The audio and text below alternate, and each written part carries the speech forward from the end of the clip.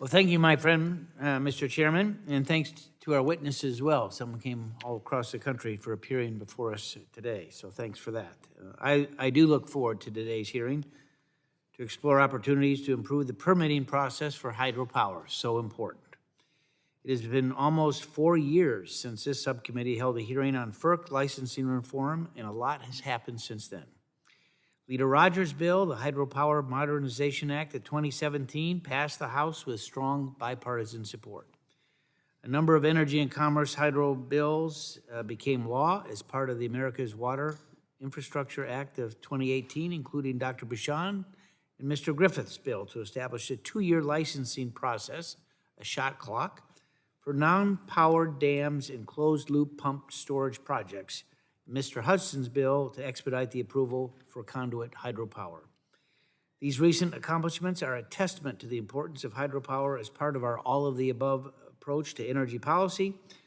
I will remind everyone that Republicans are eager to get to work to conduct oversight of the laws that we passed in 2018, 4 years ago, and pick up where we left off, particularly with Leader Rogers' comprehensive hydropower reform legislation that passed the House. The regulatory environment for hydro has become increasingly challenging. Licensing new hydropower facilities and relicensing existing facilities requires extensive consultation with multiple federal, state, and local government entities. Sometimes the process takes years, costs tens of millions of dollars. While project developers can typically site and construct wind, solar, and natural gas generation in maybe 2 or 3 years or less, it sometimes might take a decade to relicense existing dams and more complex hydro projects. In many ways, licensing challenges are limiting hydropower's potential for sure.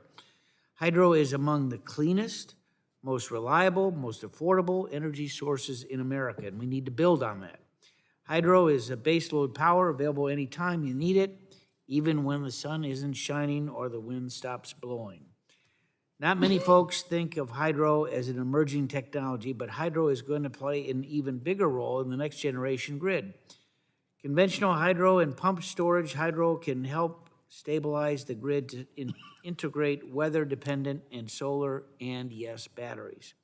Hydro can also provide that black start capability so that we can restart the grid in the event of a large-scale emergency power outage. According to DOE, hydro generation could expand by perhaps as much as 50% by 2050, but Congress has got to act. Both the existing hydro fleet and the new hydro generation projects are at risk due to inefficient relicensing process and because some of the more radical environmental groups have become to advocate for the removal of dams. Hydro is also disadvantaged by state laws that fail to recognize the clean and renewable attributes of hydro and by the federal tax code that favors wind, solar, and batteries. If one thing is clear, antiquated FERC licensing process for hydro is a significant barrier to expanding hydro production. Congress has got to strengthen the lead agency role of FERC and hold coordinating agencies to strict timelines. Disputes need to be resolved quickly and decisively so that permits don't get held up in the courts for years. This committee should start by conducting oversight of the 2-year licensing programs for pump storage and non-powered dams that we passed into law. Our understanding is that these programs have failed to meet the objectives that Congress laid out, and if it's true, we should think about ways to amend the programs to make them work. So I'm pleased to see that there's broad interest in an expediting licensing program for hydro.